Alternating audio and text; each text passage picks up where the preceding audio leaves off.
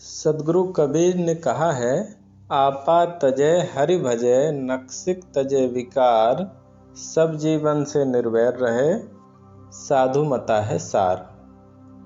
सदगुरु कबीर का मौलिक ग्रंथ बीजक है और यह बीजक के साखी प्रकरण में 137वीं साखी है। इस साखी में सदगुरु हमें 5 बातें बताते हैं। अहंकार का परित्याग करना, हरि भजन करना, एड़ी से चोटी अर्थात समस्त दोषों का त्याग करना, प्राणी मात्र से निर्वैर रहना अर्थात किसी के प्रति बैर भाव न रखना, एवं अंतिम बात है साधुमता अर्थात अच्छे विचारों के पथ पर चलना। पहले साहब कहते हैं आपा तजय। आपा के 3 अर्थ होते हैं।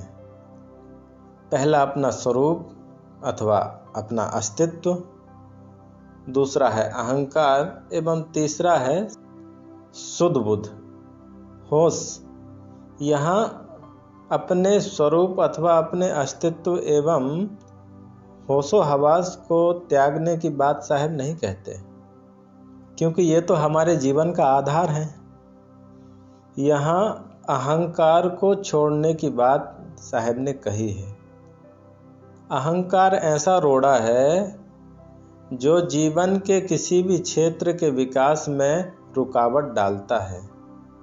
हमारे शास्त्र अथवा इतिहास इसकी गवाही देते हैं कि अहंकारियों को न केवल झुकना पड़ा है बल्कि अपनी जान से भी हाथ धोना पड़ा है। यहाँ तक एक व्यक्ति का अहंकार उसके पूरे परिवार के विनाश का कारण बना। इसलिए किसी ने बहुत बढ़िया कहा, अहंकार में 3 गए, धन वैभव और वंश, ग्रंथ उठाकर देख लो रावण कौरव कंस। अहंकार ने धन वैभव और वंश तक का विनाश किया है। यकीन नहीं होता तो कभी उदाहरण देता है कि ग्रंथों में रावण कौरव और कंस की क्या दशा हुई, उसका वर्णन सब जानते हैं। अहंकार केवल अज्ञानी को ही नहीं बल्कि ज्ञानी को भी मूढ़ बना देता है। रावण को ही देख लो, उसको किसी चीज़ की कमी नहीं थी। रनिवास में सुंदर सुंदर स्त्रियां थीं, धन का अभाव भी नहीं था। कहा जाता है सोने की लंका थी, बल से भी पराक्रमी था और 4 वेदों एवं 6 शास्त्रों का प्रकांड पंडित था। लेकिन अहंकार एवं हठ उसे सपरिवार ले डूबा। दूसरा उदाहरण है दुर्योधन का। उसके पास भी सब कुछ था, समझ की थोड़ी कमी थी तो विदुर जैसे नीतिज्ञ जिनकी नीति शिक्षा को दुनिया आज भी अपना रही है, किंतु दुर्योधन ने उनकी एक न सुनी बल्कि उनका अपमान ही करता रहा। परिणाम यह हुआ पूरा परिवार युद्ध में कटकर समाप्त हो गया। यह अहंकार ऐसा बुखार है जो किसी को नहीं छोड़ता। सामान्य लोगों की बात तो और, बड़े बड़े ज्ञानी एवं त्यागी कहे जाने वाले अहंकारी होते हैं। ज्ञान एवं त्याग तो अहंकार को समाप्त करने के साधन हैं, किंतु अहंकार वहाँ भी विराजमान है। जगत गुरु और महामंडलेश्वरों के मुकदमे कोर्ट में चलते हैं। न्यायाधीशों को अपना कपार खपाना पड़ता है कि असली जगत गुरु कौन है। ये सब अहंकार की ही लीला है। गोस्वामी तुलसीदास जी बैराग संदीपनी में कहते हैं, अहंकार की आग में जरत सकल संसार, तहिते वाँचे संत जन केवल शांति आधार। सारा संसार अहंकार की आग में जल रहा है। इस आग से तो केवल संत जन ही बच सकते हैं, क्योंकि उन्होंने शांति को ही अपने जीवन का आधार बना लिया है। यहाँ संत से मतलब केवल वेशधारी साधु से नहीं है, बल्कि जिसका मन शांत रहता है, जो कभी दुखी नहीं होता है, वही संत है, चाहे वह ग्रस्त हो या विरक्त। साहब ने अन्यत्र भी कहा, बिजली पड़ी समुद्र में का सकेगी जार। बिजली यदि समुद्र में गिरेगी तो क्या समुद्र को जला देगी, बल्कि वह खुद ही शांत हो जाएगी। इसलिए हम अपने हृदय को समुद्र की तरह विशाल बनाएं, जिसमें सारा अहंकार बुझकर शांत हो जाए।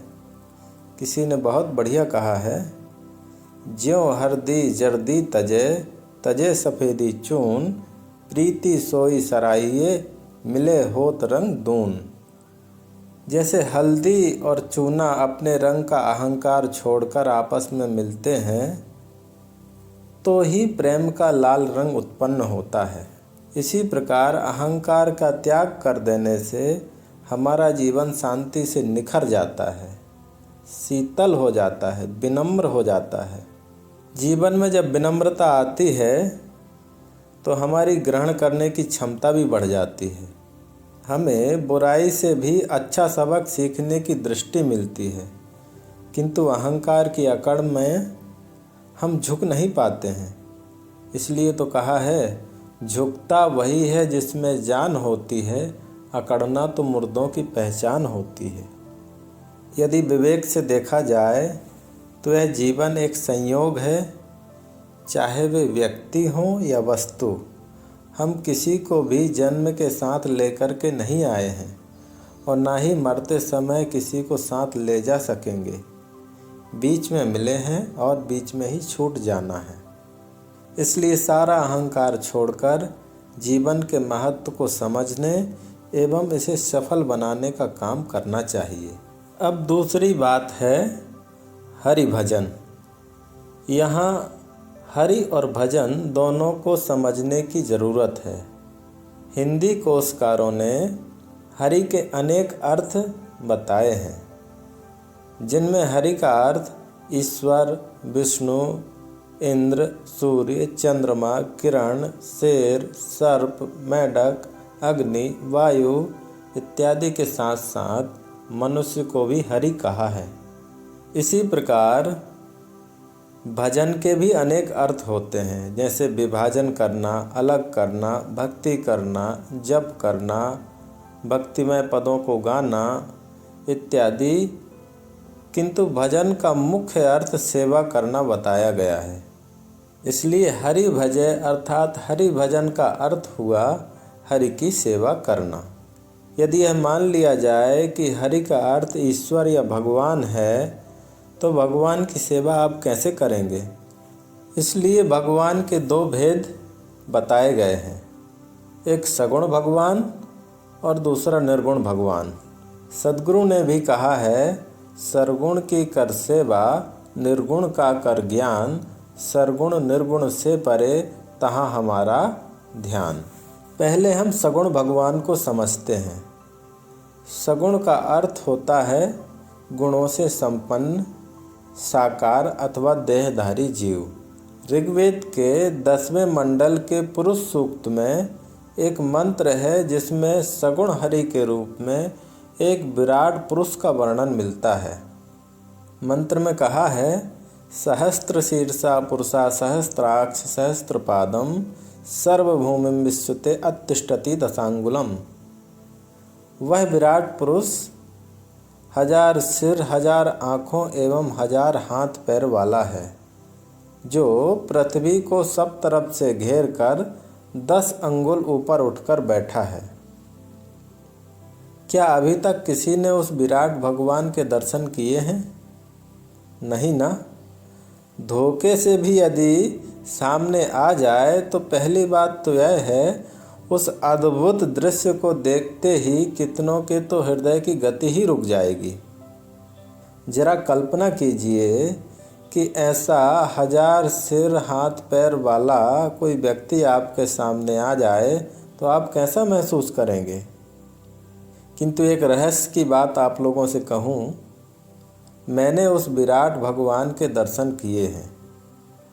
मुझे वह विराट भगवान 1000 हाथ सिर पैर वाला नहीं, बल्कि करोड़ों करोड़ों अरबों खरबों हाथ पैर सिर आँखों वाला दिखाई देता है। क्या आप लोग भी जानना चाहते हैं वह विराट भगवान कहाँ रहता है? इस विशाल पृथ्वी पर जितने भी जलचर, थलचर, नभचर प्राणी हैं, सब उस विराट पुरुष के हाथ, पैर, सिर, आँखें इत्यादि हैं।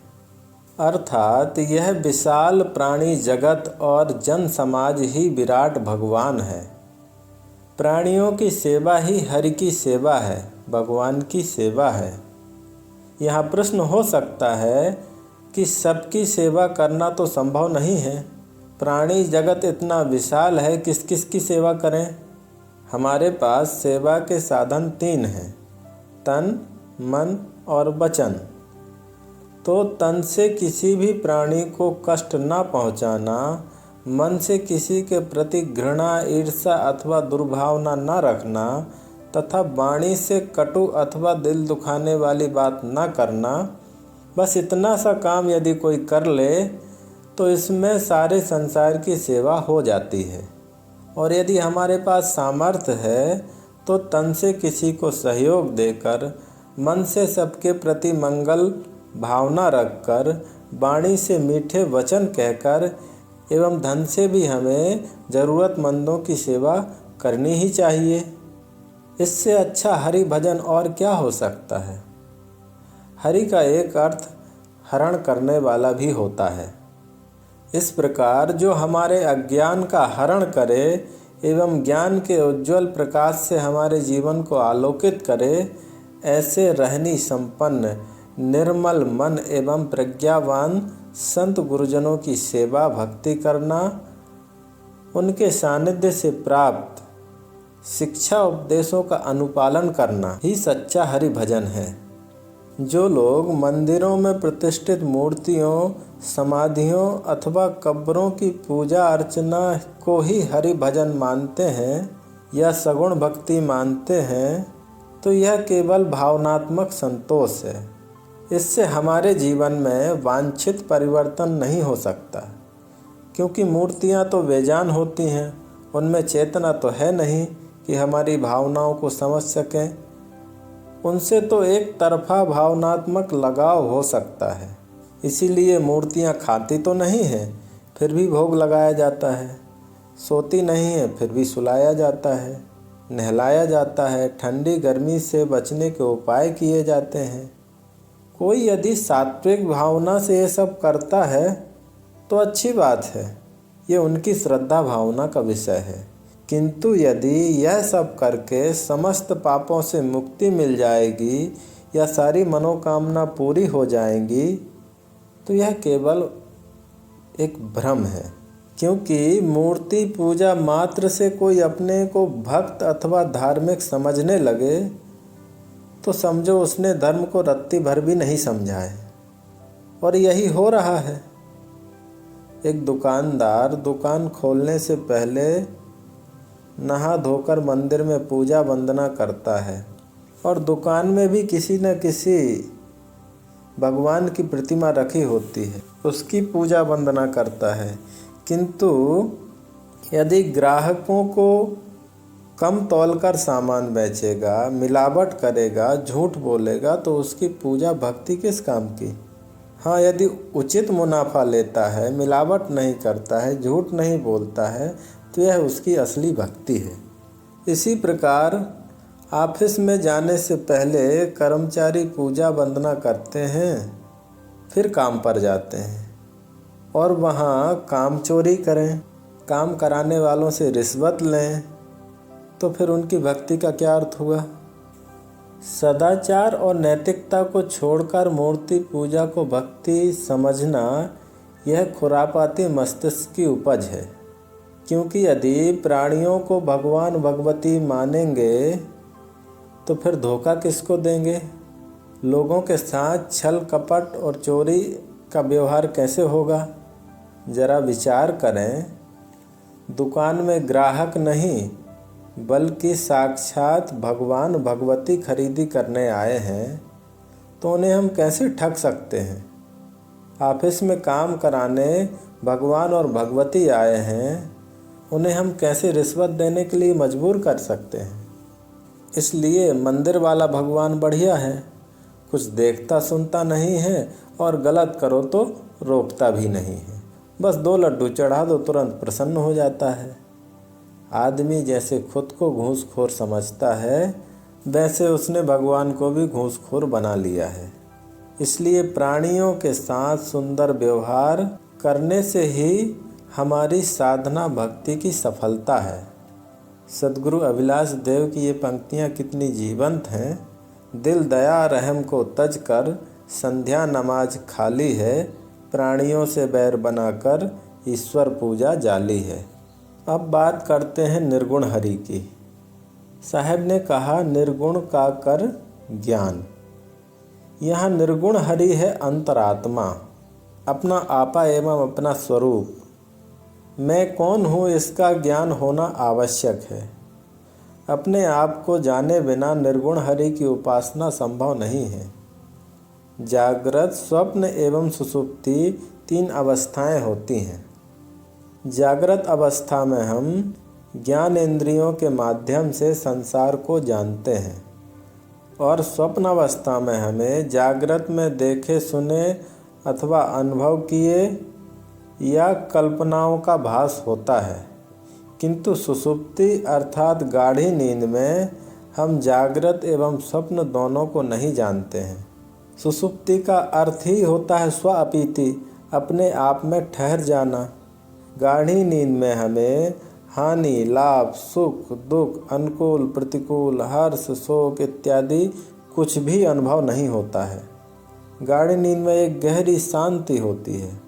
इसका मतलब है हमारी आत्मा में, हमारे अपने स्वरूप में कोई सुख, दुख, हानि, लाभ, हर्ष, शोक, अनुकूल, प्रतिकूल किसी प्रकार का कोई द्वंद्व नहीं है। अर्थात मैं निर्विकार, निर्द्वंद, सर्वथा असंग एवं शांत स्वरूप हूँ। ऐसा समझकर सारी अहमता ममता को छोड़कर मन वाणी कर्मों से सभी के साथ सुंदर व्यवहार करना चाहिए। इस परम शांति की स्थिति को प्राप्त करने के लिए साहब कहते हैं, सर्वगुण निर्गुण से परे तहाँ हमारा ध्यान। अर्थात एक चौथी अवस्था है ध्यान, जिसे तुर्यगा भी कहा है। ध्यान में हम अपने मन को बाहर से समेटकर अपने में लौटने का प्रयोग करते हैं। इस प्रकार सगुण भगवान की भक्ति है प्राणी मात्र के प्रति सुंदर व्यवहार करना तथा रहनी संपन्न निर्मल मन वाले संत महापुरुषों की सेवा भक्ति करना। एवं निर्गुण भगवान का भजन है अपने मन इंद्रियों को संसार से मोड़कर अपने आप में स्थिर होने का अभ्यास करना। इसके अलावा निर्गुण निराकार कोई अलग सत्ता है जो हमसे अलग है, ऐसा कोई मानता है तो यह भी केवल भ्रम है, हमारे मन की एक कल्पना है। उसका दीदार होना संभव नहीं है। इसलिए गोस्वामी तुलसीदास जी ने कहा, मन बुद्धि वाणी परे बतावें, तही पुनि दर्शन को ललचावें। जो हमारे मन बुद्धि वाणी से परे हो उसका भला कभी दर्शन हो सकता है। अब तीसरी बात साहब ने इस साखी में कही, नक्सिक तजे विकार, अर्थात एड़ी से चोटी तक समस्त विकारों अथवा दुर्गुणों का त्याग करना। संतों ने 10 दोषों का वर्णन किया है, जिन्हें 3 भागों में बांटा है। तन के 3 दोष, चोरी, हिंसा, व्यभिचार।